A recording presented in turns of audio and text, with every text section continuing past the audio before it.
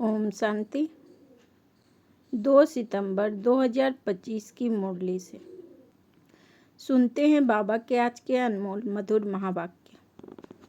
मीठे बच्चे, तुम विश्व में शांति स्थापन करने के लिए निमित्त हो, इसलिए तुम्हें कभी भी अशांत नहीं होना चाहिए।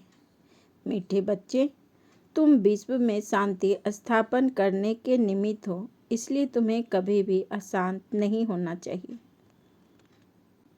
प्रश्न: बाप किन बच्चों को फरमानबरदार बच्चे कहते हैं? उत्तर: बाप का जो मुख्य फरमान है कि बच्चे अमृत बेले सवेरे उठकर बाप को याद करो, इस मुख्य फरमान को पालन करते हैं। सवेरे सवेरे स्नान आदि कर फ्रेश हो मुकर्रर टाइम पर याद की यात्रा में रहते हैं। बाबा उन्हें सपूत व फरमानबरदार कहते हैं। वही जाकर राजा बनेंगे। कपूत बच्चे तो झाड़ू लगाएंगे। ओम शांति। इसका अर्थ तो बच्चों को समझाया है। ओम अर्थात मैं आत्मा हूँ, ऐसे सब कहते हैं। जीव आत्मा है जरूर, और सब आत्माओं का एक बाप है। शरीर के बाप अलग अलग होते हैं, यह भी बच्चों की बुद्धि में है। हद के बाप से हद का और बेहद के बाप से बेहद का वर्षा मिलता है। अब इस समय मनुष्य चाहते हैं विश्व में शांति हो। अगर चित्रों पर समझाया जाए तो शांति के लिए कलयुग अंत सतयुग आदि के संगम पर ले आना चाहिए। यह है सतयुग नई दुनिया। उसमें एक धर्म होता है तो पवित्रता शांति सुख है। उनको कहा ही जाता है हेवन। यह तो सब मानेंगे। नई दुनिया में सुख है, दुख हो नहीं सकता।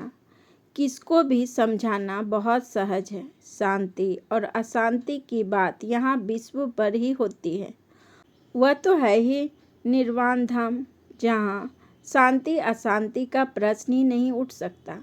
बच्चे जब भाषण करते हैं तो पहले पहले विश्व में शांति की बात उठानी चाहिए। मनुष्य शांति के लिए बहुत प्रयास करते हैं, उनको प्राइज भी मिलती रहती है। वास्तव में इसमें दौड़ा दौड़ी करने की बात है नहीं। बाप कहते हैं सिर्फ अपने स्वधर्म में टिको तो विकर्म विनाश हो जाएंगे। स्वधर्म में टिकेंगे तो शांति हो जाएगी। तुम हो ही एवर शांत। बाप के बच्चे, यह वर्षा उनसे मिलता है। उनको कोई मोक्ष नहीं कहेंगे। मोक्ष तो भगवान को भी नहीं मिल सकता। भगवान को भी पाठ में जरूर आना है। कहते हैं कल्प कल्प कल्प के संगम युगे मैं आता हूँ। तो भगवान को भी मोक्ष नहीं तो बच्चे फिर मोक्ष को कैसे पा सकते हैं? यह बातें सारे दिन विचार सागर मंथन करने की है। बाप तो तुम बच्चों को ही समझाते हैं। तुम बच्चों को समझाने की प्रैक्टिस जास्ती है। शिव बाबा समझाते हैं तो तुम सब ब्राह्मण भी समझाते हो। विचार सागर मंथन तुमको करना है। सर्विस पर तुम बच्चे हो, तुमको तो बहुत समझाना होता है। दिन रात सर्विस में रहते हैं। म्यूजियम में सारा दिन आते ही रहेंगे। रात्रि को 10-11 तक भी कहाँ आते हैं। सवेरे 4 बजे से भी कहाँ कहाँ सर्विस करने लग पड़ते हैं। यहाँ तो है घर, जब चाहे तब बैठ सकते हैं। सेंटर में तो बाहर से दूर दूर से आते हैं तो टाइम मुकर्रर रखना पड़ता है। यहाँ तो कोई भी टाइम बच्चे उठ सकते हैं, परंतु ऐसे टाइम तो नहीं पढ़ना है जो बच्चे उठे और झुटका खाए। इसीलिए सवेरे सवेरे का टाइम रखा जाता है। जो स्नान आदि कर फ्रेश हो आए फिर भी टाइम पर नहीं आते तो उनको फरमानबरदार नहीं कह सकते हैं। लौकिक बाप को भी सपूत और कपूत बच्चे होते हैं। बेहद के बाप को भी होते हैं। सपूत जाकर राजा बनेंगे, कपूत जाकर झाड़ू लगाएंगे। मालूम तो सब पड़ जाता है ना। श्री कृष्ण जन्माष्टमी पर भी समझाया है। श्री कृष्ण का जन्म जब होता है तब तो स्वर्ग है, एक ही राज्य होता है। विश्व में शांति है। स्वर्ग में बहुत थोड़े मनुष्य होंगे। वह है ही नई दुनिया, वहाँ अशांति हो नहीं सकती। शांति तब है जब एक धर्म है, जो धर्म बाप स्थापन करते हैं।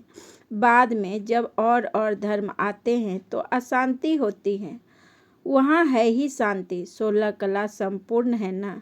चंद्रमा भी जब सपूत होता है तो कितना शोभता है। उनको फूल मून कहा जाता है। त्रेता में 3-4 कहेंगे। खंडित हो गया है ना। 2 कला कम हो गई। संपूर्ण शांति सतयुग में होती है। 25% पुरानी सृष्टि होगी तो कुछ न कुछ खिटखिट होगी। 2 कला कम होने से शोभा कम हो गई। स्वर्ग में बिल्कुल शांति है, नरक में है बिल्कुल अशांति। यह समय है जब मनुष्य विश्व में शांति चाहते हैं।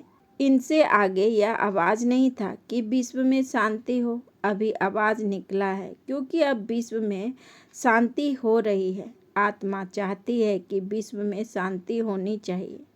मनुष्य तो देह अभिमान में होने के कारण सिर्फ कहते रहते हैं विश्व में शांति हो। 84 जन्म अब पूरे हुए हैं। यह बाप ही आकर समझाते हैं, बाप को ही याद करते हैं। वह कभी किस रूप में आकर स्वर्ग की स्थापना करेंगे। उनका नाम ही है हेविनली गॉडफादर। यह किसको भी पता नहीं है। हेविन कैसे रचते हैं। श्री कृष्ण को रच न सके, उनको कहा जाता है देवता। मनुष्य देवताओं को नमन करते हैं। उनमें दैवी गुण है, इसलिए देवता कहा जाता है। अच्छे गुण वाले को कहते हैं ना। यह तो है जैसे देवता है। लड़ने झगड़ने वालों को कहेंगे यह तो जैसे असुर है। बच्चे जानते हैं हम बेहद के बाप के सामने बैठे हैं, तो बच्चों की चलन कितनी अच्छी होनी चाहिए। अज्ञान काल में भी बाप का देखा हुआ है। 6-7 कुटुंब इकट्ठे रहते हैं, एकदम छीड़-खंड हो चलते हैं। कहाँ तो घर में सिर्फ 2 होते तो भी लड़ते झगड़ते रहेंगे। तो तुम हो ईश्वरीय संतान, बहुत बहुत छीड़-खंड होकर रहना चाहिए।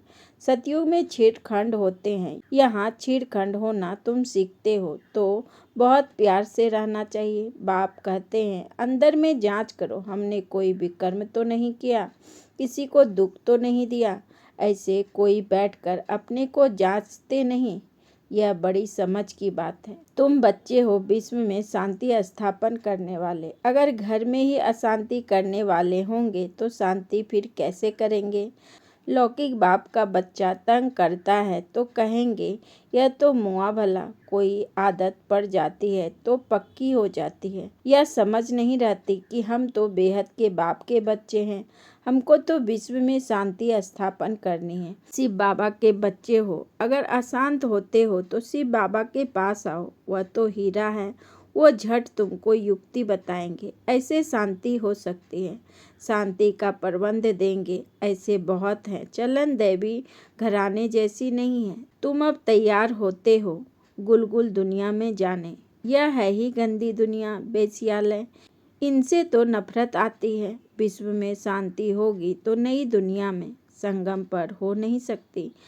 यहाँ शांत बनने का पुरुषार्थ करते हैं। पूरा पुरुषार्थ नहीं करते हो तो फिर सजा खानी पड़ेगी। मेरे साथ तो धर्मराज है ना।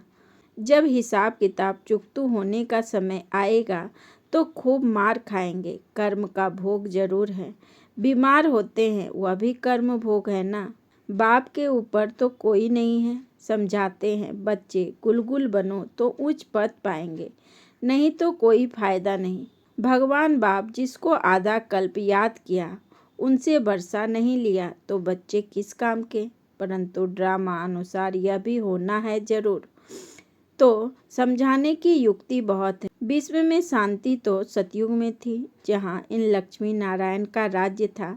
लड़ाई भी जरूर लगेगी क्योंकि अशांति है ना। श्री कृष्ण फिर आएगा सतयुग में। कहते हैं कलयुग में देवताओं का परछाया नहीं पड़ सकता। यह बातें तुम बच्चे ही अब सुन रहे हो। तुम जानते हो शिव बाबा हमको पढ़ाते हैं। धारणा करनी है, सारी आयु ही लग जाती है। कहते हैं ना सारी आयु समझाया है, फिर भी समझते नहीं हैं। बेहद का बाप कहते हैं पहले पहले मुख्य चीज तो समझाओ। ज्ञान अलग, भक्ति अलग चीज है। आधा कल्प है दिन, आधा कल्प है रात। शास्त्रों में कल्प की आयु ही उल्टी कर दी है, तो आधा कल्प भी हो नहीं सकते। तुम्हारे में कोई शास्त्र आदि पढ़े हुए नहीं हैं तो अच्छे हैं। पढ़े हुए होंगे तो संशय उठाएंगे। प्रश्न पूछते रहेंगे। वास्तव में जब वानप्रस्थ अवस्था होती है तब भगवान को याद करते हैं, कोई ना कोई की मत से। फिर जैसे गुरु सिखलाएंगे भक्ति भी सिखलाते हैं। ऐसे कोई नहीं जो भक्ति ना सिखलाए। उनमें भक्ति की ताकत है, तब तो इतने फॉलोअर्स बनते हैं। फॉलोअर्स को भक्त पुजारी कहेंगे। कहाँ? यहाँ सब है पुजारी, वहाँ पुजारी कोई होता नहीं। भगवान कभी पुजारी नहीं बनता। अनेक पॉइंट समझाई जाती है। धीरे धीरे तुम बच्चों में भी समझाने की ताकत आती जाएगी। अभी तुम बतलाते हो श्री कृष्ण आ रहा है, सतयुग में जरूर श्री कृष्ण होगा, नहीं तो वर्ल्ड की हिस्ट्री ज्योग्राफी कैसे रिपीट होगी। सिर्फ एक कृष्ण तो नहीं होगा, यथा राजा रानी तथा प्रजा होगी ना। इसमें भी समझ की बात है। तुम बच्चे समझते हो, हम तो बाप के बच्चे हैं। बाप वर्षा देने आए हैं। स्वर्ग में तो सभी नहीं आएंगे, ना त्रेता में सब आ सकते हैं। झाड़ आहिस्ते आहिस्ते वृद्धि को पाता रहता है। मनुष्य सृष्टि रूपी झाड़ है, वहाँ है आत्माओं का झाड़। यहाँ ब्रह्मा द्वारा स्थापना, फिर शंकर द्वारा विनाश, फिर पालना। अक्षर भी यह कायदेशीर बोलने चाहिए। बच्चों की बुद्धि में यह नशा है। यह सृष्टि का चक्र कैसे चलता है, रचना कैसे होती है। अब नई छोटी रचना है ना। यह जैसे बाजोली है, पहले शूद्र है अनेक, फिर बाप आकर रचना रचते हैं। ब्रह्मा द्वारा ब्राह्मणों के ब्राह्मण हो जाते हैं। चोटी चोटी और पैर आपस में मिलते हैं। पहले ब्राह्मण चाहिए। ब्राह्मणों का युग बहुत छोटा होता है। पीछे है देवता हैं। यह वर्णों वाला चित्र भी काम का है। यह चित्र समझाने में बहुत इजी है। वैरायटी मनुष्य का वैरायटी रूप है। समझाने में कितना मजा आता है। ब्राह्मण जब है तो सब धर्म है। शूद्र से ब्राह्मणों का सैपलिंग लगता है। मनुष्य तो झाड़ के सैपलिंग लगाते हैं। बाप भी सैपलिंग लगाते हैं, जहाँ विश्व में शांति हो। अच्छा, मीठे मीठे सिकी लधे बच्चों प्रति माता पिता बाप दादा का याद प्यार और गुड मॉर्निंग। रूहानी बाप की रूहानी बच्चों को नमस्ते। हम रूहानी बच्चों की रूहानी बाप दादा को पदम गुना नमस्ते नमस्ते नमस्ते। Good morning. शुक्रिया बाबा, शुक्रिया। धारणा के लिए मुख्य सार।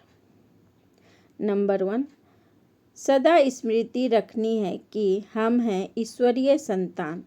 हमें छीड़खंड होकर रहना है। किसी को भी दुख नहीं देना है। नंबर 2, अंदर में अपनी जांच करनी है कि हमसे कोई विकर्म तो नहीं होता है। अशांत होने तथा अशांति फैलाने की आदत तो नहीं है। वरदान, पवित्रता की शक्ति द्वारा सदा सुख के संसार में रहने वाले बेगमपुर के बादशाह भव। पवित्रता की शक्ति द्वारा सदा सुख के संसार में रहने वाले बेगमपुर के बादशाह भव।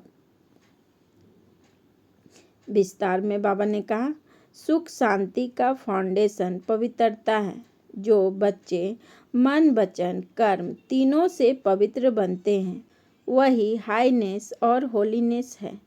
जहाँ पवित्रता की शक्ति है, वहाँ सुख शांति स्वतः है। पवित्रता सुख शांति की माता है। पवित्र आत्माएं कभी भी उदास नहीं हो सकती। वे बेगमपुर के बादशाह हैं। उनका ताज भी न्यारा और तख्त भी न्यारा है। लाइट का ताज पवित्रता की निशानी है। स्लोगन, मैं आत्मा हूँ, शरीर नहीं। यह चिंतन करना ही स्वचिंतन है। मैं आत्मा हूँ, शरीर नहीं। यह चिंतन करना ही स्वचिंतन है।